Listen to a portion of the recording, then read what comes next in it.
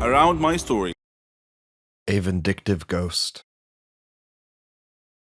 Love is the biggest treasure in my life. Good memories, exciting adventures, happiness, sadness, dreams.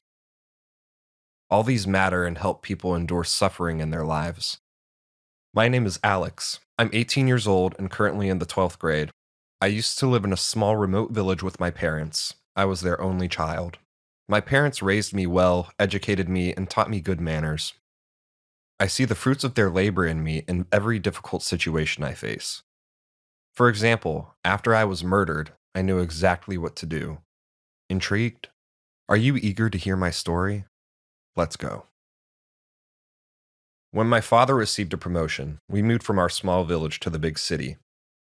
I had many nice memories of that little remote village. I had many friends there that I used to play, joke, and laugh with. I feel like I left half of my soul in that village. My father bought us a nice home in a quiet neighborhood. I liked the place the moment we arrived. Our neighbors were nice, and they offered to help us move in. I liked them all. I felt that I would make many new friends in my new neighborhood. One day, I went to the supermarket to buy some necessities for my mum, when suddenly, I bumped into a girl named Rachel. We were coincidentally buying the same item, and there was only one left. I got to it first, but seeing that she wanted it also, like a true gentleman, I offered it to her instead. Initially, she politely declined, but then she gladly accepted my kind gesture in the end. I ended up walking her home and discovered that she was my neighbor. I fell in love with her at first sight. Once we arrived at her home, we said goodbye, and she said she would see me tomorrow. I wanted time to pass quickly so I could see her again. As I was walking to school the next day, I met her along the way and we walked together. I was overjoyed. After arriving at school, she introduced me to her friends, and then I went to my class.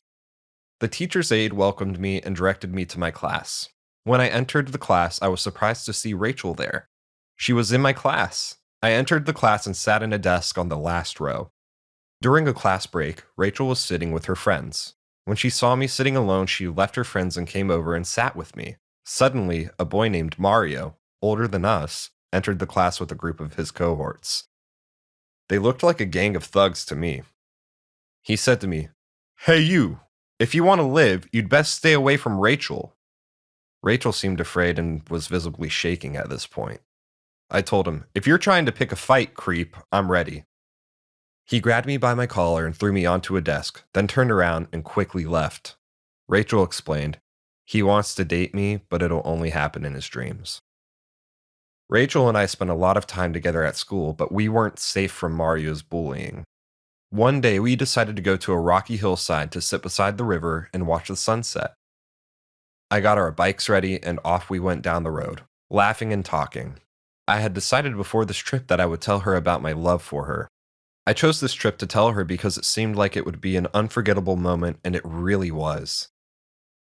After we arrived, I looked into her eyes, kneeled down on my knees, and gave her a present. Then I said, "I love you, Rachel." She was surprised, to say the least, and put her hand over her mouth. Then I suddenly heard a camera flash and a voice say, "Cut! Let's repeat this scene again." I looked around to see Mario and his gang. One of them was holding a camera. I shouted angrily, "What are you doing here? If you want to fight, I'm ready, but leave Rachel alone." I heard Rachel laughing, and it sent a chill down my spine, for she wasn't laughing in a joyful manner, but in a mocking one. Then she began clapping her hands and said, "You are really brave, Alex, but you are also an idiot." I froze. I couldn't believe my eyes when Rachel walked over and stood beside Mario, smiling. Mario said, "If you had asked around, you would have known that Rachel and I always welcome new students this way. You're our sucker of the week."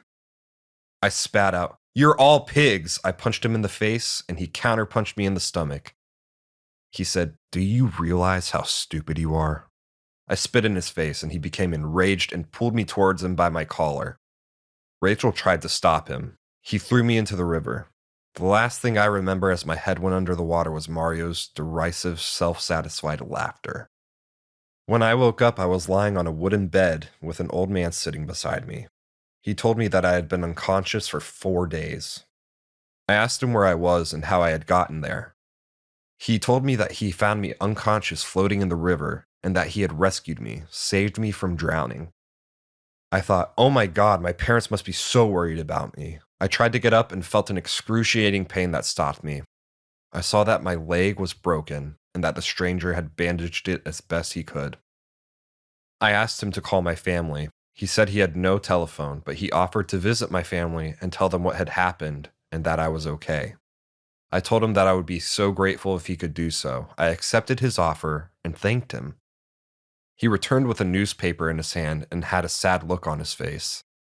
I read the paper which said that I was presumed dead, having drowned in the river because they couldn't find my body. I was angry at Rachel and Mario, and also worried for my parents at the same time. I asked the man to please take me home. Then I crept into my home to see my parents sleeping. They were holding a photo of me and looked sad. I didn't wake them, but rather snuck over to Rachel's house. She was speaking on the phone, so I eavesdropped. She was saying, I didn't expect this to happen, but it's all good. Maybe he's in a better place now. What an idiot and a fool he was. Then she laughed. I was pretty upset to hear her mocking laughter without any regret whatsoever of being involved in causing my death. I returned home and encountered my father in the bathroom.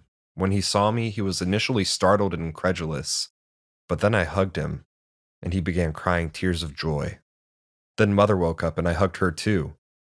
They asked me what had happened and I told them everything, but I asked them not to reveal that I wasn't dead yet. They asked me why, and I told them I would explain later. I decided to exact some sweet revenge on my would-be murderers. That night, I tacked a letter on Rachel's front door. The next day, she found it and read it. The scribbly handwriting said simply, I'm coming for you. It was signed, Alex's Ghost. After reading it, she immediately looked around to see if anyone was nearby who might have delivered the letter, but there was no one in sight.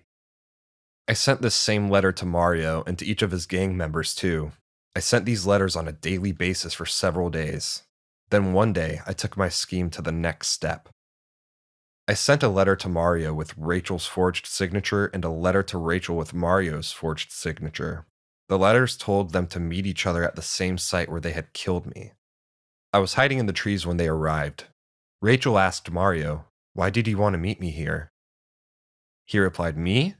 You asked me to meet you here. Rachel denied that she had done any such thing.